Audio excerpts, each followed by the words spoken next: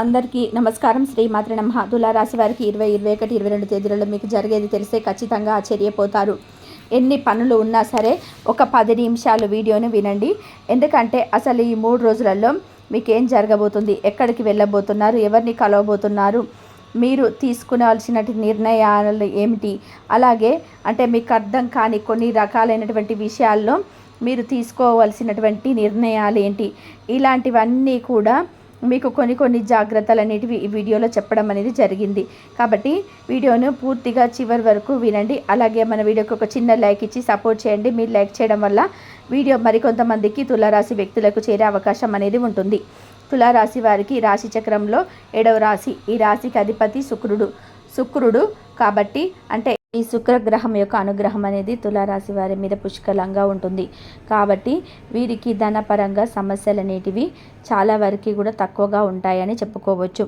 అంటే వీరిలో కొంతమంది కోటేశ్వర్లు ఉన్నప్పటికీ, కొంతమంది మధ్యతరగతి వాళ్ళు ఉన్నప్పటికీ చేతిలో లక్ష్మీదేవి ఎప్పుడు కూడా నిలుస్తూ ఉంది అని చెప్పేసి అర్థం అన్నమాట.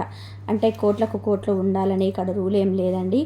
ఒక 100 రూపాయలైనా లేదా ఒక 1000 రూపాయలైనా లేదా కనీసం అవసరాలకి ఇప్పటికప్పుడు అంటే ఆ లక్ష్మీదేవి అనుగ్రహంతో వారి యొక్క పనులు ఎక్కడ పెండింగ్ అనేది లేకుండా జరిగిపోతూ ఉంటాయి చూడండి. అలాంటివి లక్ష్మీదేవి అనుగ్రహం ఉండడం అంటే. కాబట్టి కోట్లకి చేతిలో రూపాయి ఉండడానికి ఎటువంటి సంబంధము లేదు. ఎందుకంటే పెద్ద కోటేశ్వర్లకే వారికి అంటే ఏదైనా మంచి అవసరం అంటే సీరియస్ అయినప్పుడు కానీ గట్టిగా ఏదైనా అవసరాలు అయినప్పుడు ఏంటంటే సీరియస్ అయినప్పుడు కానీ గట్టిగా ఏదైనా అవసరమైనప్పుడు వారికి డబ్బులు అందక చాలా బాధపడిన సందర్భాలు కూడా ఉన్నాయి. అలాంటి వాళ్ళకే చేతిలో అంటే కోట్లు ఉన్నా కానీ ఒక్కొక్కసారి అవి అవసరానికి ఉపయోగపడవన్నమాట.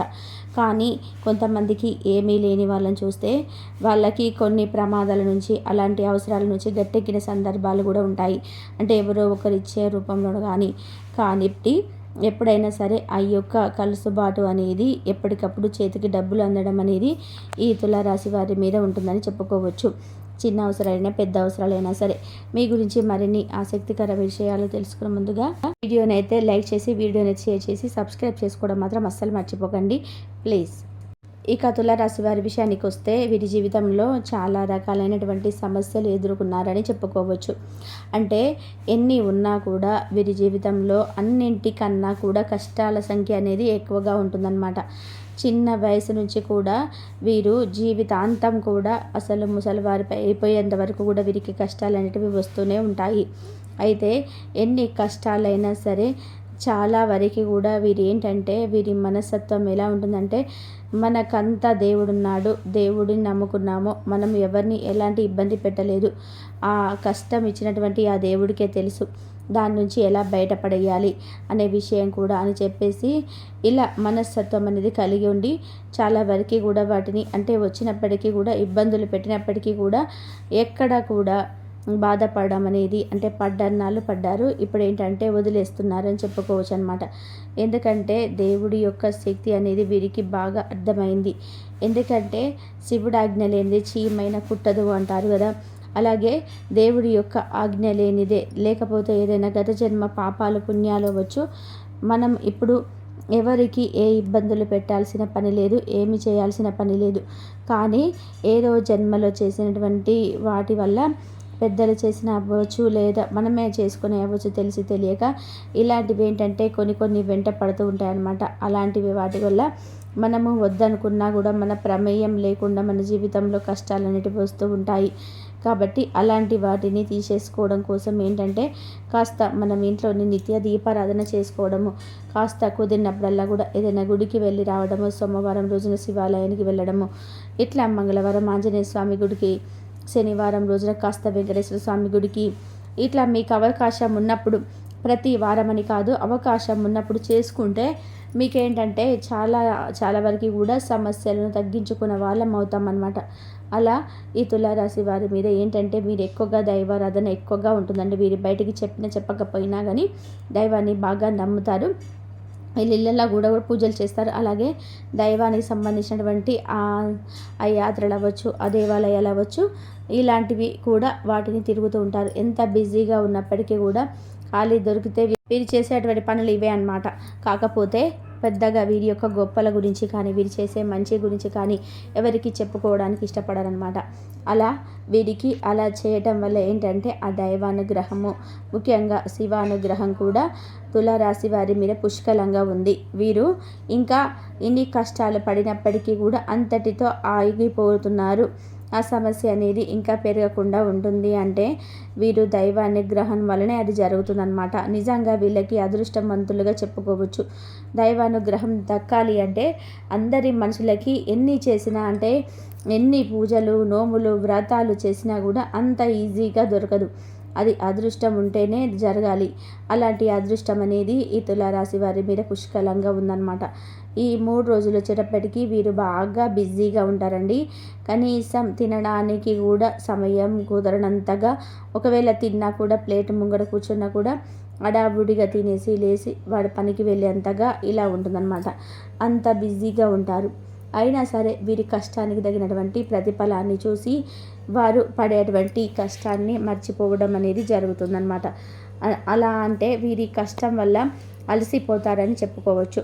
అలసిపోయి ఎప్పుడు కాస్త టైం దొరుకుద్దా, ఒక గంటన్న ప్రశాంతంగా పడుకుందాము అని చెప్పేసి ఎదురు చూస్తూ ఉంటారనమాట. అలా వారికి మధ్యాహ్నం వచ్చేటప్పటికి 3-4 అవుతుంది భోజనం చేసేటప్పటికి. ఇక రాత్రి అయితే 12-1 గంట కూడా అవ్వచ్చనమాట. అంత బిజీగా ఉంటారు. ఎక్కువగా వీళ్ళు ఏంటంటే సొంతంగా చేసుకునే పనులు ఎక్కువగా ఉంటాయి. ఒక చిన్న బిజినెస్ అవ్వచ్చు లేదా పెద్ద బిజినెస్ అవ్వచ్చు.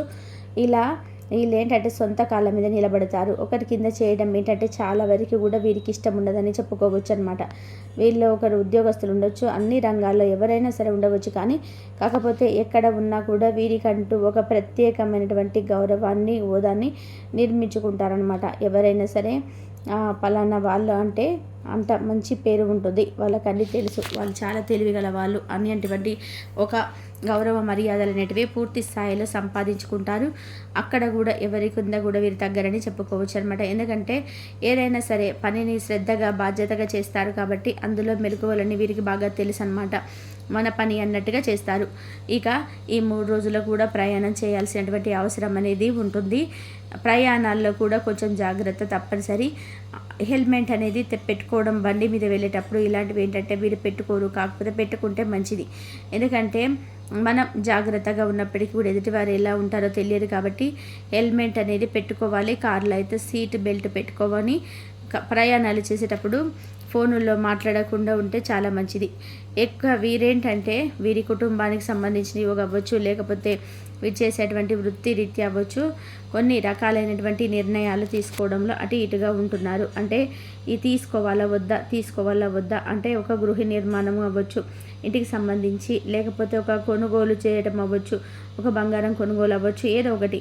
ఇట్లా అదే ఒకటి వేరే వాళ్ళు చేసే పని గురించి అయితే ఉద్యోగరీత్యా, వ్యాపార రీత్యా కానీ పెట్టుబడులు మనం పెట్టవచ్చా లేదా, పెడితే దీనివల్ల ఏమన్నా లాస్ అవుతుందా, ఇంతవరకు మనం చేయగలుగుతామా లేదా అంటే చేసే టైం ఉంటుంది. కానీ ఒక్కొక్క రోజు సపోర్ట్ చేయదు కదా అని చెప్పేసి బాడీ అనేది అలసిపోతూ ఉంటాం కదా. మితిమించిన పని పెట్టుకుంటే కానీ చేయాలనే ఒక తాపత్రయం, ఆశ, ఆరాటం ఇలాంటివి వీటిలో ఎక్కువగా కనిపిస్తూ ఉంటాయన్నమాట.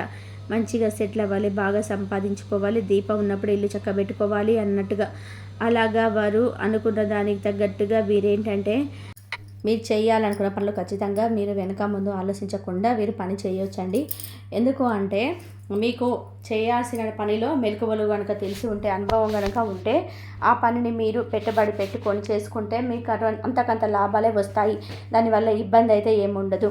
ఇంకొక విషయం ఏమిటంటే మీరు ఏదైనా కొనుగోలు చేయాలి అనుకుంటే తప్పకుండా మీ దగ్గర సేవింగ్స్ అనేవి ఎక్కువగా ఉంటాయి కాబట్టి ఏదైనా కాస్తో కోస్తో అవసరమైతే అప్పు తీసుకొనైనా సరే మీరు తర్వాతనైనా తీర్చుకోగలుగుతారు కాబట్టి కొనుగోలు చేయవచ్చు.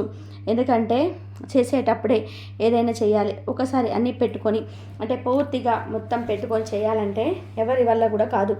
10 రూపాయల వస్తువు అనుకోండి, 9 రూపాయలు మన దగ్గర ఉన్నప్పుడు 1 రూపాయి ఎక్కడైనా అప్పు తీసుకోవడంలో తప్పలేదు. దాని గురించి ఆలోచించాల్సిన పని లేదు. అలా కాకుండా 10 రూపాయలు 9 రూపాయలు అప్పు తీసుకొని 1 రూపాయి సొంతంగా ఉంటే అలా చేయాలనుకుంటే మాత్రం తప్పన్నమాట. కాబట్టి మీ దగ్గర సేవింగ్స్ అనేవి ఎక్కువగా ఉంటాయి కాబట్టి 1 రూపాయి ఏదైనా అవసరమైతే తీసుకొని మీరు కొనుగోలు చేయాలనుకున్నవి ఏవైనా సరే కొనుగోలు చేయవచ్చు. పెట్టుబడులు పెట్టి కూడా ఆలోచించకుండా పెట్టుబడి చేసుకోవచ్చు. మీకు అనుభవాన్ని బట్టి ఇంట్లో వాళ్ళు కూడా తప్పకుండా ఒకసారి చర్చించకపోతే ఏంటంటే రేపు ఏదైనా చిన్న చిన్న విషయాలు అసలు మీకు అక్కడ దాకా చేసుకోరు. ఒకవేళ ఏదైనా అన్న చేసినా కూడా ఇబ్బంది అనేది లేకుండా ఉంటుందన్నమాట. ఎందుకంటే మీరు చాలా వరకు కూడా కలిసి వస్తుంది, చాలా వరకు కూడా మీకు కలుసుబాటు అనేది బాగా ఉంటుందని చెప్పుకోవచ్చు. ఇక కష్టము అనేది తప్పకుండా ఉంటుందండి. మీరు కష్టం అనేది కష్టజీవులుగా చెప్పుకోవచ్చు. కష్టాలు ఉంటాయి, బాధలు వస్తూ ఉంటాయి. కాకపోతే మీరు దైవాన్ని నమ్మడం వలన మీ మీద ఎక్కువగా ప్రెజర్ పెట్టవు, మీరు కూడా ప్రెజర్ పెట్టుకోరు. అంటే మీ మనస్తత్వం ఎలా ఉంటుందంటే తామరాకు మీద నీటి బొట్టులాగా ఉంటుంది. సరే వచ్చినవి అని కూసేపు బాధపడ్డా కూడా దాని గురించి ఎక్కువగా ఆలోచించారని చెప్పుకోవచ్చు అనమాట. దానివల్ల మీరు లైఫ్లో మంచిగా ముందుకు వెళ్ళేటువంటి అవకాశం అనేది ఉంటుంది. పెద్దగా ఇబ్బంది అనేది ఉండదు. వస్తూ ఉంటాయి, పోతూ ఉంటాయి. గవర్నమెంట్ జాబ్స్ కోసం ఎవరైతే ఎదురు చూస్తూ ఉన్నారో వారికి కూడా తప్పకుండా అవకాశాలు ఉన్నాయి. వివాహం కాని వారికి మంచిగా వివాహం యోగం ఉంది. వివాహ జీవితం మీ తులారాశి వారికి బ్రహ్మాండంగా ఉంటుంది. తులారాశి వారు ఎవరైతే చేసుకుంటారో వారి యొక్క జీవిత భాగస్వాములు అదృష్టవంతులుగా చెప్పుకోవచ్చు. తులారాశి వారు స్నేహితులుగా ఉన్నాం, లేకపోతే ఏదైనా లవర్స్గా ఉన్నా ఇలాంటి ఒకటి మన జీవితంలో కనుక ఉంటే అది ఒక అదృష్టంగా కూడా చెప్పుకోవచ్చు. అలాంటి వారిని పొరపాటున కూడా వదులుకోవద్దు. ఎందుకంటే వీరి చాలా నమ్మకస్తులుగా మనం చెప్పుకోవచ్చు. అయితే మీరు ఎదుటి వారి కష్టం చేసిన దాన్ని బట్టి, కష్టాన్ని నిజాయితీగా ఉండేదాన్ని బట్టి మీరు దగ్గర నుంచి సహాయ సహకారాలు విలువలు అనేటివి అందుతాయని చెప్పుకోవచ్చు అనమాట. అంటే ఖాళీగా కూర్చునే వాళ్ళని, ఉచిత సలహాలు ఇచ్చేవారిని, సోది మాటలు మాట్లాడే వారిని వీరు ఏంటంటే పెద్దగా విలువ ఇవ్వరు. ఎందుకు అంటే కష్టం విలువ వీరికి తెలుసు కాబట్టి కష్టపడే వారికి బాగా గౌరవ మర్యాదలు ఇది ఇస్తూ ఉంటారన్నమాట. ఇంకా మీకేంటంటే నరదిష్టి కూడా చాలా ఎక్కువగా ఉంటుంది. మీరు నరదిష్టి నుంచి ఇంటి పరంగా మీ పరంగా కొన్ని పరిహారాలు, దిష్టి దోషాలు అనేటివి తీసేసుకోవాలి. మీరు మీ ఇంటికి ఆదివారం రోజున లేదా అమావాస్య, పౌర్ణమి తిథులలో తప్పకుండా ఇంటికి గుమ్మడికాయ అనేది కట్టుకోవాలి. పౌర్ణమి టైంలలో ఇంటికి గుమ్మడికాయ కట్టుకోండి. అమావాస్య టైంలలో గుమ్మడికాయకి ఇంటికి దిష్టి అనేది తీసేసి ఆ గుమ్మడికాయను పగులగొట్టేసేయండి. ఎందుకంటే చాలా బాగా ఉంది మీకు నరదిష్టి అనేది. ఇరుగు పొరుగు వాళ్ళు అవ్వచ్చు, బంధువులు అవ్వచ్చు, ఇలాగా మీకేంటంటే నరుగుల్లో ఏడుపు దోషాలు, దిష్టులు అనేటివి చాలా ఎక్కువగా ఉన్నాయి. అలాగే మీరు స్నానం చేసే నీటిలో కూడా కొంచెం రాళ్ళపు వేసుకొని స్నానం చేస్తే మీకు దిష్టి ప్రభావం అనేది చాలా వరకు కూడా తగ్గుతుందని చెప్పుకోవచ్చు. ఇంట్లో కూడా దీపారాధన చేయడానికి నిత్యం ప్రయత్నించండి. మీకు అవకాశం కుదిరినప్పుడల్లా కాస్త ఎవరైనా పేదలకు సహాయం చేయడము, బట్టలు లేని వారికి బట్టలు ఇవ్వడము, ఏదైనా అంటే దుప్పట్లు కొనిపించడం అవ్వచ్చు, లేదా అనాథ పిల్లలు ఎవరైనా ఉంటే వారికి పండ్లు సహాయంగా పంచడము, కమలాలు అవ్వచ్చు, అంటే సీజనల్గా వచ్చేటువంటి ఫ్రూట్స్ అవ్వచ్చు, ఏవైనా సరే అవి పంచడం వల్ల మీకు చాలా మంచి జరుగుతుంది. అలాగే వారికి ఒక రోజు మంచిగా ఆహారాన్ని ఇవ్వడం వల్ల కూడా మీకు చాలా వరకు కూడా దోష నివారణ అనేది జరిగి మీకు ఇంకా బాగా కలిసి రావడానికి మంచి పేరు ప్రతిష్టలు రావడానికి అవకాశం అనేది ఉంటుందన్నమాట. ఎందుకు అంటే మనం ఎంత తిన్నామనేది లెక్క కాదండి. మనం ఎవరికైనా ఒక రోజు పెట్టినా కూడా అది దైవం యొక్క లెక్కలోకి వెళ్తుందన్నమాట. మనం చేసే సహాయాన్ని బట్టి దైవం మనకి ఇవ్వడానికి కూడా ముందుగా ఉంటాడు. కాబట్టి దైవాన్ని మనము ఇలాంటి చేసుకోండి. భార్యాభర్తల అన్యోన్యత అనేది బాగుంటుంది. సంతానం విషయంలో తృప్తిగా ఉంటారు. విదేశాలకు వెళ్ళే వాళ్ళకు కూడా మంచి అవకాశం అనేది ఉంటుంది చెప్పుకోవచ్చు. ఇంకా మీకు అన్ని రంగాల్లో వారికి కూడా అనుకూలంగా ఉంటుంది. రాజకీయ నాయకులకు కూడా బ్రహ్మాండంగా ఉంటుంది. వీరు ఏంటంటే ఒకసారి తొందరపాటు అనేది ఎక్కువగా ఉంటుంది, కోపం అనేది ఎక్కువగా ఉంటుంది. వీటిని అదుపులో ఉంచుకోగలిగితే మీకు ఇంకా చాలా మంచిది. ఇంకా లోతుగా ఆలోచించను ఉన్నప్పటికీ కూడా ఒక్కొక్కసారి తొందరపాటు, కొంచెం కోపం అనేది ఉండటం వల్ల ఎదుటివారి మీ మీద కక్ష పెంచుకునే అవకాశం అనేది ఉంటుంది. ఇబ్బందులు పెట్టినకపోయినా కాకపోతే మనసులో అయితే దేశం అనేది పెంచుకుంటారు. కాబట్టి కొంచెం వాటిని అదుపులో ఉంచుకొని ఇలాంటి నియమాలు పాటించుకోండి. అర్థమైంది కదండి. తులారాశి వారికి 3 రోజులైతే ఎటువంటి ఇబ్బందులు లేవు. ఈ నియమాలు తప్పక పాటించండి. ఇలా ఏంటంటే సొంత కాళ్ళ మీద నిలబడతారు. ఎవరి కింద చేయడం ఏంటంటే చాలా వరకు కూడా వీళ్ళకి ఇష్టం ఉండదని చెప్పుకోవచ్చు అనమాట. వీరిలో ఒకరు ఉద్యోగస్తులు ఉండొచ్చు, అలాగే అన్ని రంగాలు ఎవరైనా ఉండవచ్చు. కానీ కాకపోతే ఎక్కడ ఉన్నా కూడా వీరికంటూ ఒక ప్రత్యేకమైనటువంటి గౌరవాన్ని, హోదాన్ని వీరు మెచ్చుకుంటారనమాట. ఎవరైనా సరే పలానా వాళ్ళు అంటే అంత మంచి పేరు ఉంటుంది, వాళ్ళకన్నీ తెలుసు, చాలా తెలివిగల వాళ్ళు అన్నిటి ఒక గౌరవ మర్యాదలన్నిటివి పూర్తి స్థాయిలో సంపాదించుకుంటారు. అక్కడ కూడా ఎవరి కింద కూడా వీరి దగ్గరని చెప్పుకోవచ్చు అనమాట. ఎందుకంటే ఏదైనా సరే పనిని శ్రద్ధగా బాధ్యతగా చేస్తారు కాబట్టి అందులో మెలకువలనేవి వీరికి బాగా తెలుసు అనమాట. మన పని అన్నట్టుగా చేస్తారు. ఇక ఈ 3 రోజులలో కూడా ప్రయాణం చేయాల్సినటువంటి అవసరం అనేది ఉంటుంది. ప్రయాణాల్లో కూడా కొంచెం జాగ్రత్త తప్పనిసరి. హెల్మెట్ అనేది పెట్టుకోవడము, బండి మీద వెళ్ళేటప్పుడు ఇలాంటివి ఏంటంటే వీళ్ళు పెట్టుకోరు, కానీ పెట్టుకుంటే మంచి జరుగుతుంది.